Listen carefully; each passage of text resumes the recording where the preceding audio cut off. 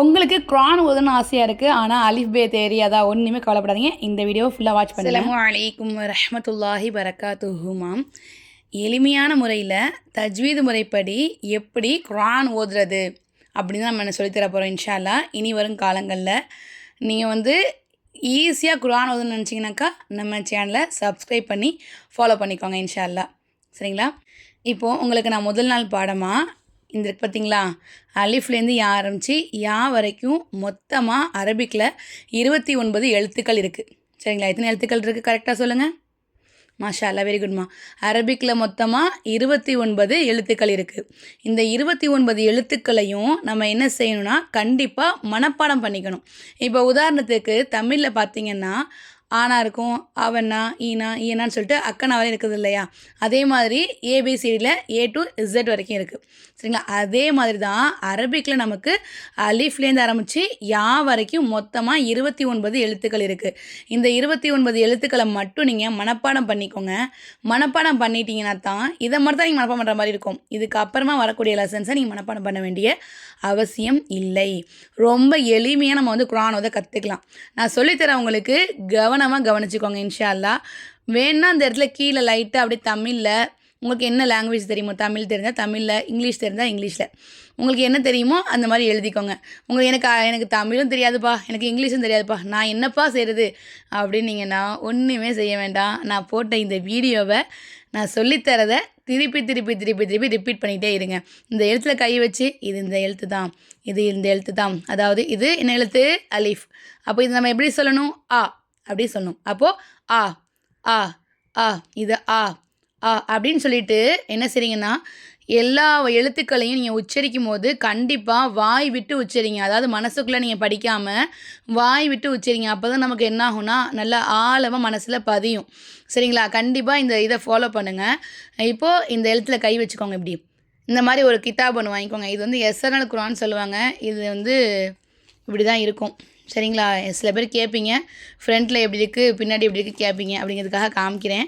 இப்படி தான் இருக்கும். இது எஸ்என்எல் குரான் சொல்லுவாங்க. நூரானி காயிதா அப்படின்னு கூட சொல்லுவாங்க இந்த கித்தாபுடைய பேர். இது வாங்கி வச்சிங்கன்னா உங்களுக்கு படிக்க ரொம்ப ஈஸியாக இருக்கும்.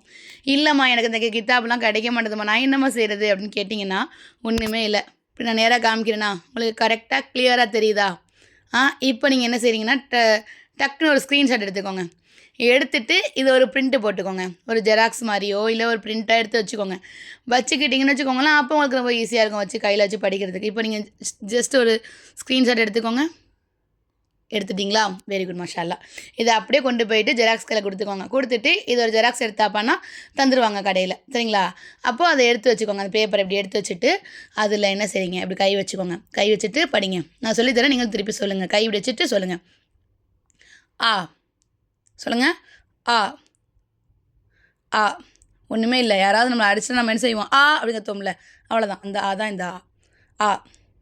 அடுத்தது பா. சொல்லுங்கள். பா. பா சொல்லும்போது நம்ம என்ன செய்யணும், அந்த நம்ம உதடு இருக்குது பார்த்தீங்களா, உதடு உள்பக்கம் வெளிப்பக்கம்னு சொல்லிட்டு 2 பக்கம் இருக்கும். உள்பக்கம் இருக்கா, ஈரமான பக்கம் இருக்கும். அந்த ஈரமான பக்கத்தில் இருங்க உங்களுக்கு காமிக்கிறேன். இந்த இருக்குது பார்த்தீங்களா, இதுதான் உதடு. இப்போது இது வெளிப்பக்கம்னு சொல்லுவாங்க. இந்த உள் சைடு இருக்கா, இதுதான் உள்பக்கம்னு சொல்லுவாங்க. இந்த இடத்துல நம்ம மேலேயும் கீழேயும் சேர்ந்தாக்கில் வரதான் பா. பா. சரிங்களா? ஈரமான உதடுகள் 2மே மேலே கீழே இணையும் போது தான் நமக்கு பா அப்படிங்கிற எழுத்து வெளியாகுது. அப்போது பா. சொல்லுங்கள். பா. அடுத்தது தா. தாங்கிறது ஒன்றுமே இல்லை. நம்ம ஏதாவது பொருளை எப்படி கேட்போம்? தா அப்படின்னு கேட்போமா? அவ்வளோதான், அதுதான் தா. சரிங்களா? தா. சொல்லுங்கள். தா. இந்த இருக்குது பார்த்தீங்களா, இந்த லெட்டர் கொஞ்சம் கஷ்டம். என்ன எடுத்தோன்னே கஷ்டங்கிறீங்க அப்படின்னு நினைக்காதீங்க. கஷ்டம்னா அந்த மாதிரி கஷ்டம் கிடையாது. இந்த எழுத்தை சொல்கிறதுக்கு ஃபஸ்ட்டு சொல்லும்போது கொஞ்சம் கஷ்டமாக தெரியும். நீங்கள் சொல்லிக்கிட்டே இருக்கும்போது உங்களுக்கு ரொம்பவே ஈஸியாக மனசில் பதிஞ்சிரும். சரிங்களாம்மா? இது சா. இது எங்களுக்கு சேன்னு தானே சொல்லிக் கொடுத்தாங்க. நீங்கள் என்ன சா சொல்கிறீங்க? மனசில் ஓடுதா? கரெக்டாக. இது நம்ம சின்ன பிள்ளையில் படிக்கும்போது எனக்குமே சே அப்படி தான் சொல்லி கொடுத்தாங்க. அலிஃப் பே தே சே ஜீம் ஹே ஹே ஹே அப்படி தான் சொல்லி கொடுத்தாங்க. ஆனால் இதை நம்ம தஜ்வீது முறைப்படி படிக்கும்போது நான் இப்போ எப்படி சொல்லித்தரணும் அந்த மாதிரி தான் நீங்களும் சொல்லணும்.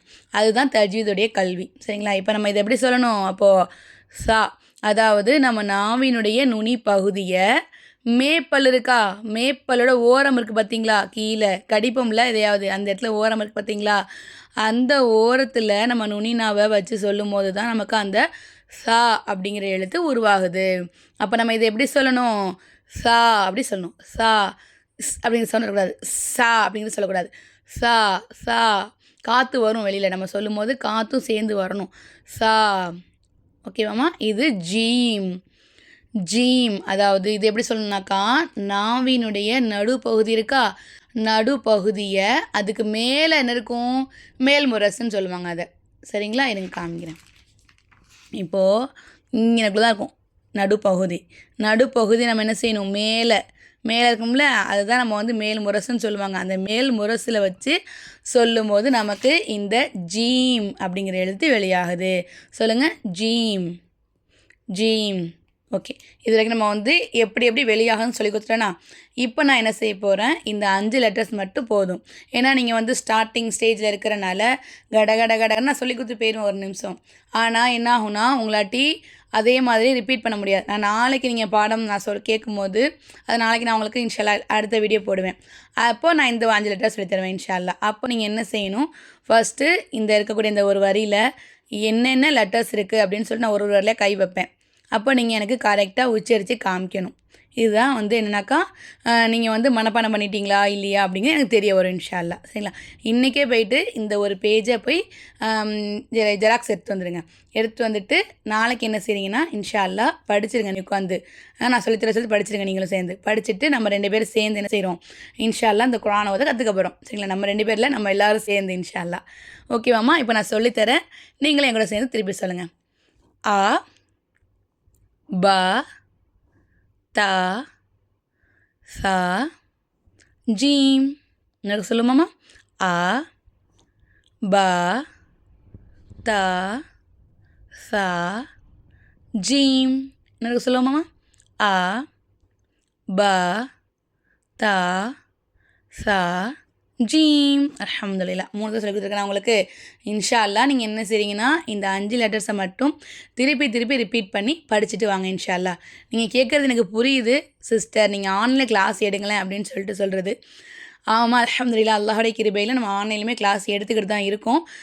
நம்மக்கிட்ட 75 வயசு 80 வயசு வரைக்கும் உள்ள பெண்கள் வந்து நம்மக்கிட்ட கற்றுக்கிட்டு இருக்காங்க. அல்ஹம்துலில்லாஹ். அல்லாஹுடைய பெரிய கிருபையில் அதே மாதிரி 7 வயசில் உள்ள பிள்ளைங்களும் கற்றுக்கிட்டு இருக்காங்க. சரிங்களா? 7 வயசில் ஆரம்பித்து 70 80 வயசு வரைக்கும் உள்ள பெண்களுக்கு நம்ம எடுத்துக்கிட்டு இருக்கோம். உங்களுக்கு அலிஃப் பாத்தாவே தெரியாமல் நீங்கள் நம்மக்கிட்ட ஜாயின் பண்ணிங்கனாலும் இன்ஷா அல்லாஹ் அல்லாஹுடைய பெரிய கிருபையில் உங்களை இன்ஷா அல்லாஹ் குர்ஆன் ஓத வச்சுருவோம். இன்னும் 2 நாள் தான் இருக்குது, அட்மிஷன் முடிய போகுது.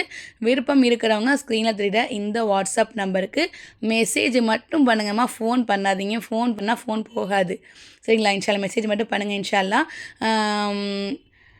2 மாத கோர்ஸ் தான். முக்கிய மாதத்தில் விட்டோம் இல்லையா, 2 மாதம் தான் இன்ஷா அல்லாஹ். 2 மாதத்தில் உங்களுக்கு இன்ஷா அல்லாஹ் அலிஃப் பாத்தாவே தெரியாமல் நீங்கள் நம்மக்கிட்ட ஜாயின் பண்ணிங்கனாலும் 2 மாதத்தில் இன்ஷா அல்லாஹ் உங்களை குர்ஆன் ஓத வச்சுருவோம். எந்த அளவுக்குனாக்கா, நீங்கள் ஒரு வார்த்தையில் இப்படி வச்சு கை வச்சிங்கன்னா இது முபையினாத்தின் அந்த மாதிரி உச்சரிக்கிற அளவுக்கு நான் உங்களை ட்ரைன் பண்ணிடுவேன் இன்ஷா அல்லாஹ் அல்லாஹ்வுடைய கிருபையில். சரிங்களா? விருப்பம் இருக்கிறவங்க ஸ்க்ரீனில் தெரியும் இந்த வாட்ஸ்அப் நம்பருக்கு மெசேஜ் அனுப்புங்க இன்ஷா அல்லாஹ். நான் நாளைக்கு உங்களுக்கு அடுத்த வீடியோவில் அடுத்த 5 எழுத்துக்கள் சொல்லித்தரேன். அது வரைக்கும் நீங்கள் இதை ப்ராக்டிஸ் பண்ணிட்டே இருங்க இன்ஷா அல்லாஹ். ஓகே மாமா. அஸ்ஸலாமு அலைக்கும் வரஹ்மத்துல்லாஹி